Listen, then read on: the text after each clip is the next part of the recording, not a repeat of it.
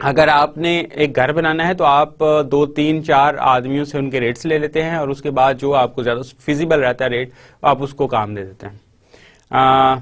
اسی طرح اگر آپ نے یہی کام پبلک سیکٹر میں کرنا ہے تو آپ اس طرح نہیں کر سکتے. You have to follow the rules and regulations جو بھی اس صورت میں پرویل کرتے ہیں.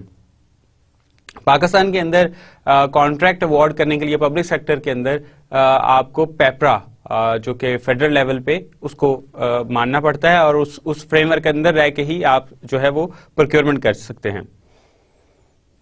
اس کے بعد آ جاتی ہے بات فائنینسنگ کی کہ آپ نے پیسے کہاں سے کرنے ہیں. جب تو آپ چھوٹا سا پروجیکٹ کر رہے ہیں تو زیادہ تر فائنینسنگ آپ خود کر رہے ہوتے ہیں, اور اگر آپ کا پروجیکٹ تھوڑا کمپلیکس ہو گیا ہے, تھوڑا بڑا ہو گیا ہے, تو اس کی صورت میں آپ پورا ایک ڈیٹیلڈ فیزیبلٹی اسٹڈی کرتے ہیں جو بھی آپ بزنس کرنا چاہ رہے ہیں, اور اس کے بعد آپ ایکویٹی کے لیے چلے جاتے ہیں بینک کے پاس, اور کچھ شیئر پیسوں کا آپ کا ہوتا ہے, کچھ بینک کا ہوتا ہے, سبجیکٹ ٹو دیٹ کہ وہ آپ کی فیزیبلٹی جو آپ کا پروفٹ مارجنز ہیں یا دوسری چیزیں ہیں اس کو بینک ایکسیپٹ کر لے تو اس صورت میں بینک سے آپ کو پیسے مل سکتے ہیں.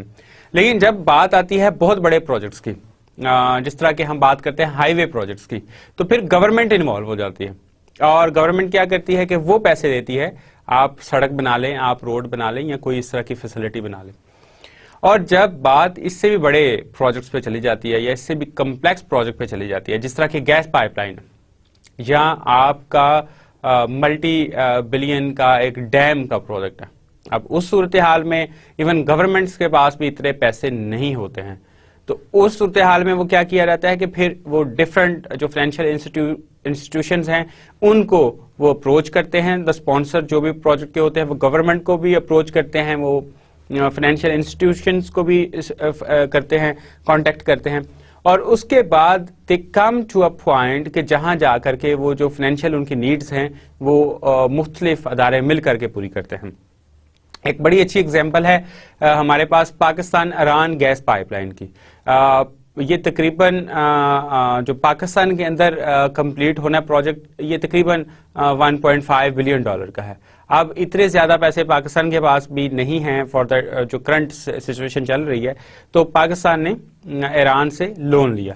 اسی طرح اگر ہم پروجیکٹ سٹارٹ کرتے ہیں, جو ہمارا پروجیکٹ ہے TAPI, Turkmenistan, Afghanistan, Pakistan, India gas pipeline, تو اس کے لیے ہمیں $7 بلین سے لے کر کے $10 بلین کے درمیان ہمیں کچھ ایک ایسٹیمیٹڈ اماؤنٹ چاہیے ہو سکتی ہے.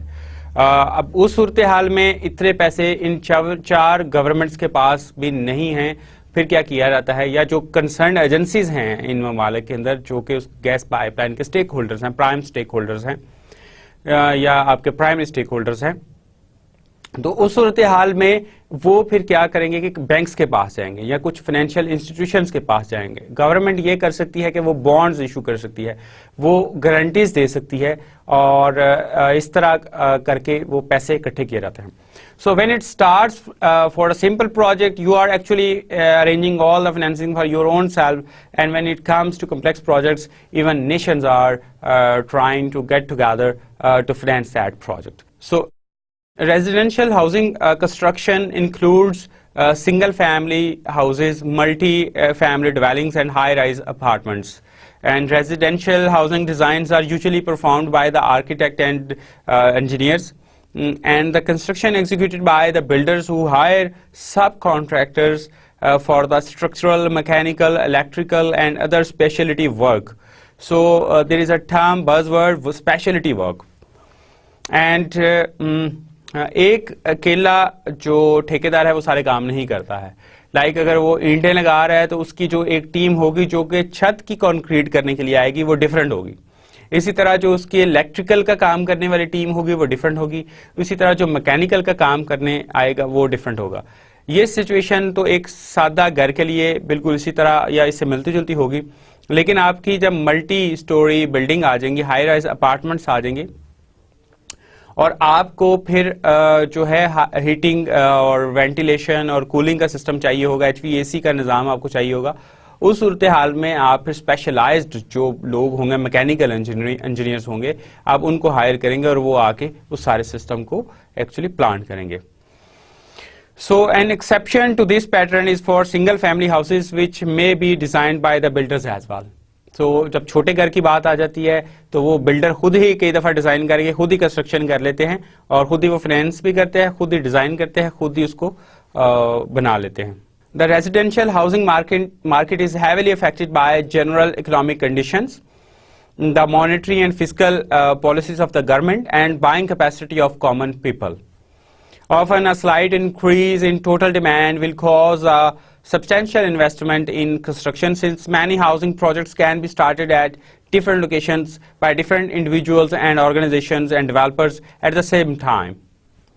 And because of the relative ease of entry, at least at the lower end of the market, many new builders are attracted to the residential housing construction. Hence, this market is highly competitive with potentially high risks as well as high rewards. So risk بھی بہت زیادہ ہے اس کے اندر. اس کام کے اندر اگر آپ اس کام میں آنا چاہتے ہیں تو اس پہ رسک بھی بہت زیادہ ہے اور اس پہ اپرچونیٹیز بھی بہت زیادہ ہے. So I give you one example. One sector of Islamabad, 2 months back, the prices over there for the plots were like 22 lakhs, 2.2 million. And after 2 months, the prices shooted to 4.5 to 5 million. See, اب وہاں آپ construction کرنا چاہ رہے ہیں جہاں plot کی اتنی زیادہ قیمت ہو چکی ہوگی, اس کے اوپر اگر آپ کنسٹرکشن کرتے ہیں تو آپ کا جو پروفٹ مارجن ہے وہ الٹیمیٹلی آپ کا سکویز ہو جاتا. لائک اگر آپ وہی چھوٹا ایک یونٹ بنا رہے ہیں 8 مرلے کا یا 5 مرلے کا, اگر آپ ایسی جگہ بناتے ہیں جہاں جو لینڈ کی پرائسز ہیں وہ مور اور لیس اسٹیبل ہیں اور اس کے اوپر آپ کنسٹرکشن کرتے ہیں, تو مائٹ بھی وہاں آپ کا سبجیکٹ ٹو دیٹ کہ وہاں دوسری فیسلٹیز اویلیبل ہیں یا نہیں ہیں, تو وہاں آپ کا جو گھر ہے وہ زیادہ پروفٹ مارجن میں بکنے کے چانسز ہو سکتے ہیں. سو دوسری بات یہ ہے کہ اس مارکیٹ کے اندر ایک ہم حرف یوز کرتے ہیں بیڑ چال کا. سو ہوتا یہ ہے کہ اگر 2-3 صاحبان کے گھر اچھے بک گئے یا انہوں نے جو اپنی اسکیمز لانچ کی تھی وہ چل گئی, تو اس کے بعد سارے کے سارے لوگ ہی اس طرف چل پڑتے ہیں. اچھا, پھر اسی طرح یہ کیا جاتا ہے کہ جیسے ہی اس میں سے پروفٹ آ جاتا ہے تو کافی سارے لوگ جب پیسہ نکالتے ہیں تو ایک دم سے پوری کی پوری مارکیٹ دھڑام سے نیچے کی طرف بھی چلی جاتی ہے. سو رسک بھی زیادہ ہے اور اس پہ پروفیٹیبلٹی بھی زیادہ ہے. دوسری طرح کی جو بلڈنگز ہیں, those are called institutional and commercial building construction, and these comprises of a great variety of project types and sizes such as schools, universities, medical clinics and hospitals, recreational facilities and sports stadium, retail chain stores and large shopping centers, and warehouses and light manufacturing plants and skyscrapers for offices and hotels. So this comes to commercial building construction type. The owners of such building may or may not be familiar with construction industry as well, but they usually are able to select competent professional consultants and arrange the financing for the constructed facilities themselves. تو یہ ضروری نہیں ہے کہ آپ جو ہے سارے کا سارا آپ کو پتا ہو کنسٹرکشن انڈسٹری کا یا آپ نے وہ سارے کام خود کروائے ہوں. اگر آپ نے ایک چین سٹور بنانا ہے تو آپ یا آپ نے بنا کے کسی کو آگے سیل کرنا ہے یا آپ نے ایک ہوٹل کی بلڈنگ بنا کے آگے سیل کرنی ہے, تو ضروری نہیں ہے کہ جی آپ کو وہ سارے کے سارے پروسیسز کا بھی پتا ہو. اس صورتحال میں ہوتا یہ ہے کہ ایک بلڈر ہوتا ہے اور اس کے پیچھے جو برین چائلڈ ہے وہ کسی اور کا ہوتا ہے اور فریلانسر کوئی اور ہوتا ہے. تو اس صورتحال کے اندر کنسلٹنٹس ہائر کیے جاتے ہیں جو کہ ایکچولی اس ساری چیز کو ڈیزائن کرتے ہیں اور اس کی ساری اسٹڈی کرتے ہیں. Specialty architects and engineers are often engaged for designing a specific type of building, while the builders or general contractors undertaking such projects may also be specialized in only that type of building. Because of the higher cost and greater sophistication of institutional and commercial buildings in comparison with residential housing, this market segment is shared by fewer competitors. سو اس پہ بہت زیادہ cost involve ہوتی ہے. اگر آپ ایک stadium بنانا ہے تو اچھے خاصے آپ کو پیسے چاہیے ہوں گے, even in kind of coffee سارے لائک کروڑوں میں پیسے چاہیے ہوں گے. تو اس صورتحال کے اندر آپ کی جو کاسٹ سیگمنٹ بڑا ہونے کی وجہ سے کمپٹیشن کم ہے. ایز سچ اس طرح کا کمپٹیشن نہیں ہے جو کہ آپ کا